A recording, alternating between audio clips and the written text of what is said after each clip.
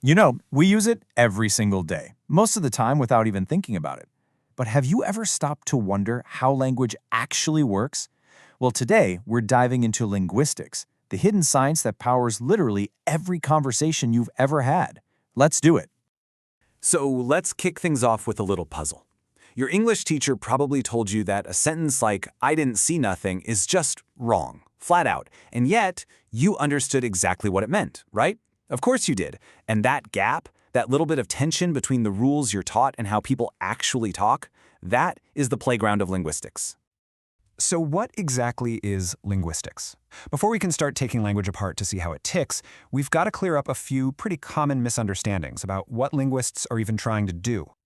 Okay, the biggest myth, the one you hear all the time, is that linguists are just people who learn a ton of languages. But a linguist isn't necessarily a polyglot.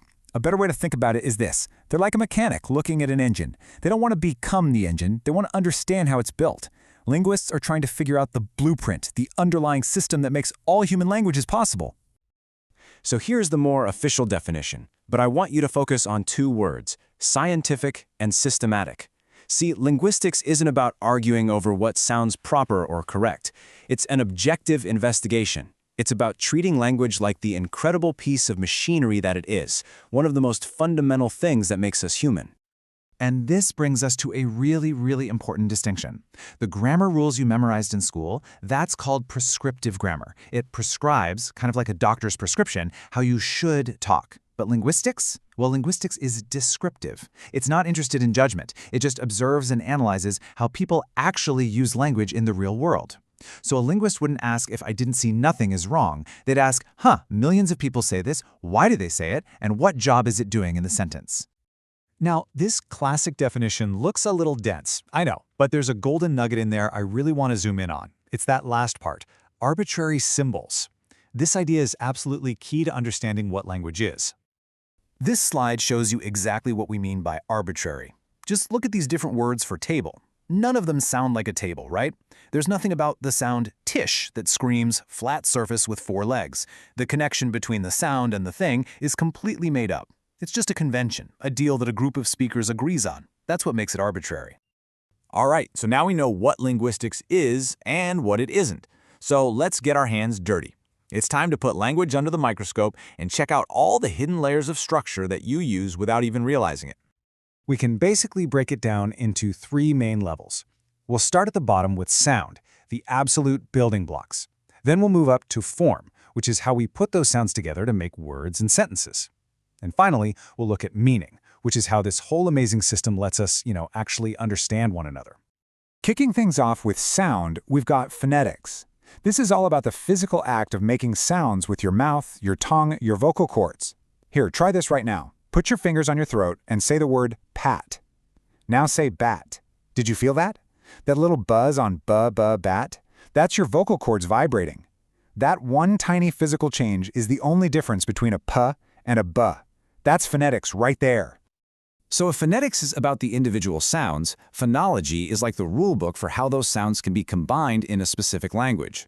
Your brain instinctively knows that street is a perfectly fine word in English, but street? Nope. Even though it's the exact same sounds, your internal rulebook says that combination is illegal. Okay, let's climb up one level to form and start with morphology. This is the study of how words are built. You see, words are kind of like Legos. They're made of smaller pieces called morphemes. Take a word like unhappiness.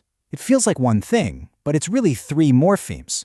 You've got your root word, happy, then you stick on the prefix un, which flips the meaning, and then you add the suffix ness to turn it into a state of being.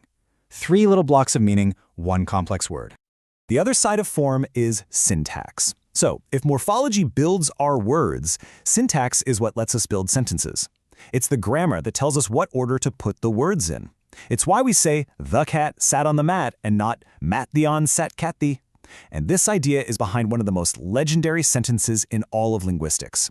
Colorless green ideas sleep furiously. Just let that sit for a minute. What does that even mean? How can something be colorless and green? Can an idea sleep? And can it do it furiously? It makes no sense. Or does it? And that's the punchline. This was the genius insight from the linguist Noam Chomsky. Syntactically, the sentence is flawless. The grammar is perfect. It follows all the rules of English sentence structure. But semantically, when it comes to meaning, it's complete and utter nonsense. And this is the ultimate proof that grammar and meaning are two totally different systems in our brain. So let's finally talk about meaning. The first layer here is semantics.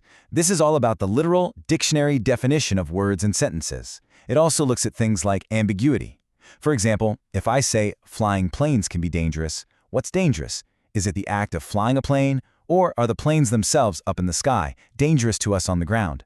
Semantics is what helps us dissect that literal puzzle. But we do this all the time, right? We communicate way more than just the literal meaning of our words. We use sarcasm, we hint at things, we imply. So how do we figure out the meaning that's hiding between the lines? Well, that brings us to our final level, pragmatics. Pragmatics is the study of meaning in context. It's the science of reading between the lines. It recognizes that what we say is often very different from what we actually mean. It's all about how we use language to do things, to make a request, to give a warning, to make a promise. And this is the all-star example. Semantically, the literal question is, are you physically able to pass the salt? And the literal answer is just yes. But come on, nobody ever just says yes and then sits there, right? Because pragmatically, in the context of a dinner table, we all understand that this is not a question about ability, it's a polite request. And you're doing that kind of pragmatic calculation in every single conversation. Okay, so we've gone deep into the weeds here with all these different layers, but you might be wondering, so what? Why does any of this matter outside of a college classroom? Well, it turns out understanding these systems has a huge impact on our world. Seriously, these applications are everywhere. That chatbot or voice assistant you use, it's built on a foundation of phonetics and syntax. When speech therapists help someone recover from a stroke, that's clinical linguistics. Forensic linguists analyze ransom notes to help solve crimes using morphology and semantics. From building better AI to teaching languages, linguistics provides the essential blueprint. So let's put it all together one last time. We start with the physical sounds of phonetics and the sound patterns of phonology. Then we build words and sentences with morphology and syntax to create form. And finally, we use semantics for literal meaning and pragmatics for contextual meaning to understand each other. It's this whole beautiful stack that's working inside your head right now. So in the end, language isn't just a list of words and grammar rules to memorize. It's a living, breathing blueprint of the human mind. It's a reflection of how we think, how we connect, and how we build our entire world. So the next time you're talking to someone, listen a little closer. What does your language, the way you really use it, reveal about you?